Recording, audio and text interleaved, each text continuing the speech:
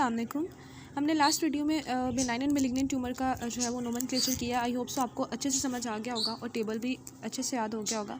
अब हम बात करने लगे हैं मिक्स ट्यूमर की। तो mix tumour are still of monoclonal origin but the progenitor cell in such tumour has the capacity to differentiate down more than one lineage. अच्छा, होता क्या है मिक्स ट्यूमर्स में कि एक से ज़्यादा तरह के सेल्स होते हैं।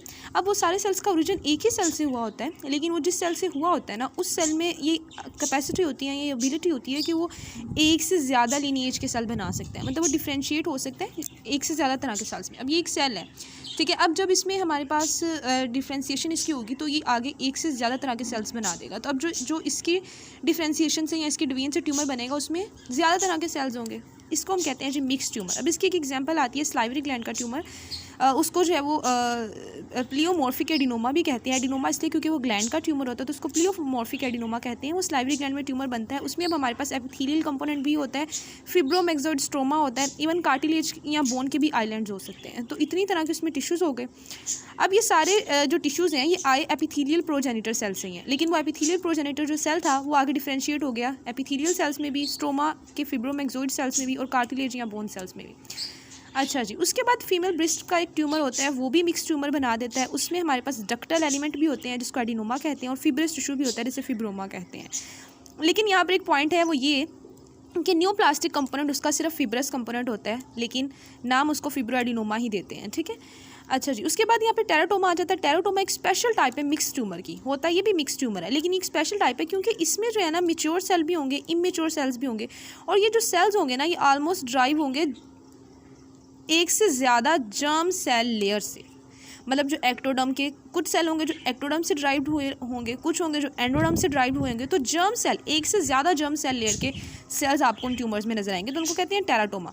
असल में जो टोटीपोटेंट सेल होते हैं ये वो वाले उनका ट्यूमर होता है, क्योंकि वो जो टोटीपोटेंट सेल्स होते हैं वो फर्दर उनमें एबिलिटी होती है कि वो हर तरह के सेल्स बना सकते हैं, ठीक है। तो ये आपने मिक्स ट्यूमर भी अच्छे से याद रखना है और टेराटोमा भी। अच्छा, आगे हमारे पास आ गई थी करैक्टरिस्टिक। अब हम बेनाइन और मेलिग्नेंट ट्यूमर की करैक्टरिस्टिक पढ़ेंगे, और उन्होंने कहा कि 3 फंडामेंटल फीचर हैं, ये 3 मेन करैक्टरिस्टिक है जिनकी बेस पर हम डिवाइड कर देते हैं जी मेलिग्नेंट ट्यूमर में या बेनाइन। उनमें से एक होती है डिफरेंशिएशन, ठीक है। उसके बाद आ जाती है लोकल इन्वेजन, उसके बाद आ जाती है मेटास्टेसिस। अब वन बाय वन इन तीनों को देखेंगे। सबसे पहले हमारे पास आ जाती है डिफरेंशिएशन और anaplasia. Differentiation refer to extent which neoplasm resemble their parenchymal cells of origin. अच्छा, अब इसका क्या मतलब है? जब मैंने आपको ट्यूमर्स पढ़ाए थे ना, मेलिग्नेंट एंड बेनाइन का डेफिनेशन हमने की थी, तो वहाँ पे हमने एक बात की थी कि ट्यूमर चाहे बेनाइन हो चाहे मेलिग्नेंट हो, हर ट्यूमर के 2 कंपोनेंट होते हैं। एक होता है जो अंदर पैरेन्काइमा, पैरेन्काइमा में सारे न्यूप्लास्टिक सेल्स आ जाते हैं, यानी जिनमें म्यूटेशन हुई हैं, और एक साइडों पर हमारे पास होता है स्ट्रोमा। स्ट्रोमा में क्या होता है? ब्लड वेसल्स होती हैं, ठीक है, लूज कनेक्टिव टिश्यू होता है, जो स्पोर्टिंग स्ट्रक्चर होता है। अब वो बात करें कि डिफरेंशिएशन में क्या होता है कि जो पैरेन्काइमल सेल है ना, ये किस हद तक डिफरेंशिएटेड हुए हैं, यानी कि जिन सेल से इनका ओरिजिन हुआ है ना, ये उससे किस हद तक मैच करते हैं। अगर तो इनका फंक्शनल करैक्टरिस्टिक और मॉर्फोलॉजिकल करैक्टरिस्टिक अपने पेरेंट सेल के जैसी हैं, तो इसका मतलब है ये वेल डिफरेंशिएटेड है। और अगर इनके पेरेंट सेल से इनकी करैक्टरिस्टिक नहीं मिल रही, तो इसका मतलब है ये पोरली डिफरेंशिएटेड है। तो डिफरेंशिएशन के बेस पे हम बेनाइन और मेलिग्नेंट ट्यूमर को सेपरेट कर सकते हैं, क्योंकि जो बेनाइन ट्यूमर होता है ना वो ऑलमोस्ट हमेशा वेल डिफरेंशिएटेड उसमें सेल्स होते हैं। जैसे अगर लाइपोमा बना है, तो जो लाइपोमा जितना भी ट्यूमर बनेगा उसके जितने भी ये यहाँ पर पैरेन्काइमा के सेल्स होंगे उन सब में लिपिड वैक्यूल्स होंगे, मतलब अपने पेरेंट सेल जैसे होंगे। अगर कॉन्ड्रोमा बना है तो उसमें जो कार्टिलेज सेल होंगे वो सारे कार्टिलेजिनियस मैट्रिक्स बनाएंगे, मतलब अपने पेरेंट सेल जैसे होंगे। तो ये हो गया बेनाइन ट्यूमर। जब हम बात करते हैं मेलिग्नेंट ट्यूमर की, तो मेलिग्नेंट ट्यूमर में ना एक वैरायटी होती है, मतलब डिफरेंशिएटेड भी हो सकता है और ये भी हो सकता है कि बिल्कुल भी डिफरेंशिएटेड ना हो। अब यहाँ पर उसने एक मेलिग्नेंट ट्यूमर की एग्जांपल दी है जो कि थायराइड ग्लैंड का एडिनोकार्सिनोम है। अब ये वेल डिफरेंशिएटेड होता है, ठीक है। और कुछ ऐसे मेलिग्नेंट ट्यूमर होते हैं, बल्कि ज़्यादातर ऐसे मेलिग्नेंट ट्यूमर होते हैं जो बिल्कुल भी डिफरेंशिएटेड नहीं होते। अब यहाँ पर वो बात करते हैं स्किरस ट्यूमर की। स्किरस ट्यूमर क्या होते हैं? इससे पहले वो बता रहे हैं कि ये तुमने पैरेन्काइमा की बात कर ली ना, कि पैरेन्काइमल सेल डिफरेंशिएटेड है या पैरेन्काइमल सेल पोरली डिफरेंशिएटेड है। जो स्ट्रोमा होता है उसका इस सेपरेशन में कोई रोल नहीं है कि बेनाइन ट्यूमर को मेलिग्नेंट में कोई सेपरेट नहीं करता, वो तकरीबन दोनों ट्यूमर्स का एक ही जैसा स्ट्रोमा होता है। लेकिन जो अमाउंट होती है स्ट्रोमा की वो हेल्प कर सकती है, ठीक है। अब certain cancer induce a dense abundant fibrous stroma desmoplasia making them hard, so called scirrhous tumour. अब स्किरस ट्यूमर क्या होते हैं? ऐसे ट्यूमर होते हैं जो बड़ा हार्ड और डेंस किस्म का स्ट्रोमा बनवाते हैं, ठीक है। तो ऐसे ट्यूमर जिनका स्ट्रोमा बड़ा डेंस और हार्ड होगा, जिसमें फिब्रस पार्ट ज़्यादा होगा, उसको हम क्या कहेंगे? Scirrhous tumour. Tumour composed of undifferentiated cell are said to be anaplastic, a feature that is reliable indicator of malignancy. हर वो ट्यूमर जिसके सेल्स पोलली डिफरेंशिएटेड हैं या तकरीबन अनडिफरेंशिएटेड हैं उस फीचर को कहते हैं एनाप्लेजिया, और ऐसे ट्यूमर को एनाप्लास्टिक ट्यूमर कहते हैं। और हमेशा ये मेलिग्नेंट ट्यूमर ही होगा। जहाँ पर भी आपको एनाप्लेजिया नजर आए और पोलली डिफरेंशिएटेड सेल नजर आए तो ये कंफर्म क्या होगा, हमारे पास मेलिग्नेंट ट्यूमर होगा। ठीक है, बिनाइन वाले एनाप्लेजिया शो नहीं करते। एनाप्लेजिया का मतलब क्या होता है जी? एनाप्लेजिया का मतलब है बैकवर्ड फॉर्मेशन। अब बैकवर्ड फॉर्मेशन का क्या मतलब है? अच्छा, अब यहाँ पर आप समझे ज़रा। अब सबसे पहले क्या होता है कि जब एम्ब्रियो से पूरी बॉडी बनना शुरू होती है तो सबसे पहले स्टेम सेल्स होते हैं। ये स्टेम सेल जो है ये फर्दर डिफरेंट तरह के सेल्स बनाते हैं, ऑलमोस्ट हर तरह के सेल्स बनाते हैं। होता कुछ हुआ है कि आहिस्ता आहिस्ता डिफ्रेंशिएट होते हैं, मतलब थोड़ा सा डिफ्रेंशिएट हुए, देन एंड पर कम्प्लीटली डिफ्रेंशिएट हो जाते हैं। जस्ट लाइक इन्होंने एक बोन का सेल बना दिया, यहाँ पर उन्होंने एक मसल का सेल बना दिया। तो ये जो बोन सेल या मसल सेल बने हैं स्टेम सेल्स, ये किस तरह से बने हैं कि स्टेम सेल इनमें डिफ्रेंशिएटेड हुए। ठीक है, अब हमारे पास अगर कैंसर लेट्स सपोज शुरू हो गया, मसल्स में कैंसर शुरू हो गया। अब एक मसल का सेल था, पूरे का पूरा डिफरेंशिएटेड सेल है, इसके डीएनए में कोई म्यूटेशन आ गई। जब इसके डीएनए में म्यूटेशन आ गई, इसने डिवाइड किया और डिवाइड करके इसने जो नए सेल बनाने शुरू किए। अब अगर ये मेलिग्नेंट ट्यूमर है तो जो ये नए सेल बनाएगा ना वो पुअरली डिफरेंशिएटेड होंगे, यानी कि ऐसा लगेगा जैसे ये बैकवर्ड चला गया, क्योंकि ये डिफ्रेंसिएशन करके यहाँ तक पहुँचा था ना।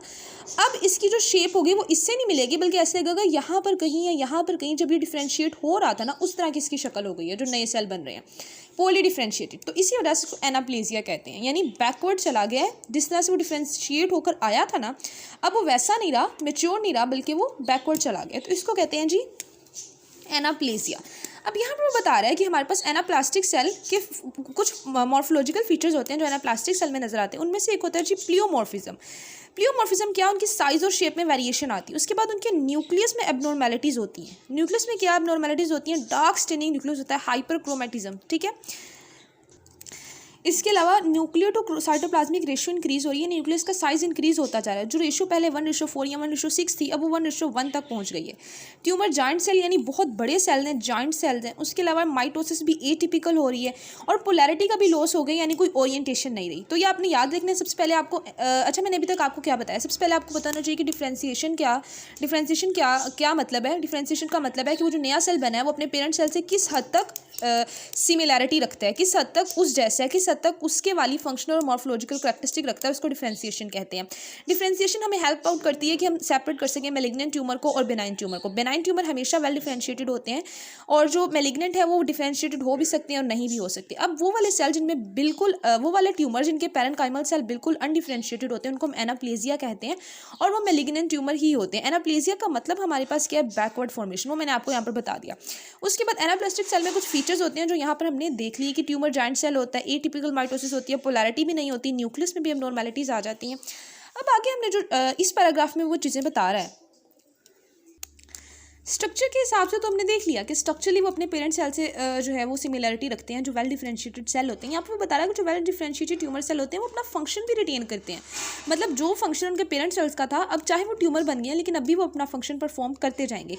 यहाँ पर वो एग्जाम्पल देके बता रहा है कि जैसे हमारे पास स्क्वैमस सेल का कार्सिनोमा बनता है जो स्किन में, तो वो कैरेटिन बनाता रहता है। ठीक है, हेपेटोसेलुलर कार्सिनोमा यानी लिवर में जो बनता है वो बाइल सिक्रीट करता रहता है। वो कार्सिनोमा है, वो ट्यूमर है, लेकिन वो अपना फंक्शन रिटेन करें। क्यों? क्योंकि वो वेल डिफरेंशिएटेड है। अगर वो ये पोली डिफरेंशिएटेड होते तो इन्होंने ना अपना फंक्शन परफॉर्म करना था, ना इनकी स्ट्रक्चर वैसी होनी थी।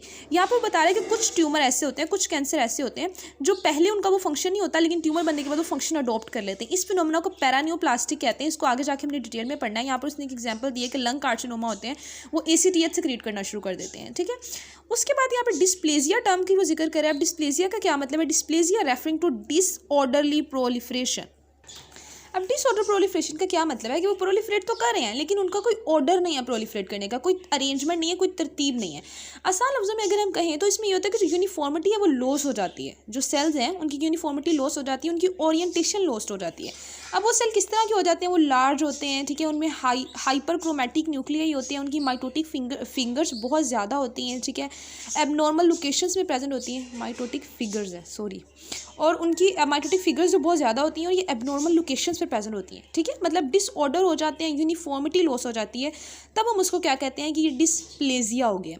When this plastic needles are severe and involve the entire thickness of epithelium, then the lesion is referred to as carcinoma in situ. अब अगर ये डिस्प्लास्टिक जो एपिथीलियम है या डिस्प्लास्टिक जो चेंजेस हैं ये तकरीबन सारी थिकनेस पे आ गए हैं, सारी एपिथीलियम की थिकनेस ऊपर से लेकर नीचे तक सेल्स में ये चेंजेस आ गए हैं, तो तब हम उसको क्या कहेंगे, कार्सिनोमा इन situ. अच्छा, अब हमने फर्स्ट जो कैरेक्टरिस्टिक थी वो हमने कंप्लीट कर ली है. आप ये जो सारे पॉइंट्स हाईलाइटेड हैं इन्हीं को एक दो दफ़ा रिवाइज कीजिएगा, आपका ये क्लियर हो जाएगा. आगे जो फीचर हमारे पास आता है दैट इज़ लोकल इन्वेजन, मतलब कि जो ट्यूमर बना है उसके जो सराउंडिंग में स्ट्रक्चर है या सराउंडिंग में जो टिश्यूज़ हैं क्या ये उन्हें इन्वेड करता है, क्या ये उन्हें तंग करता है या नहीं.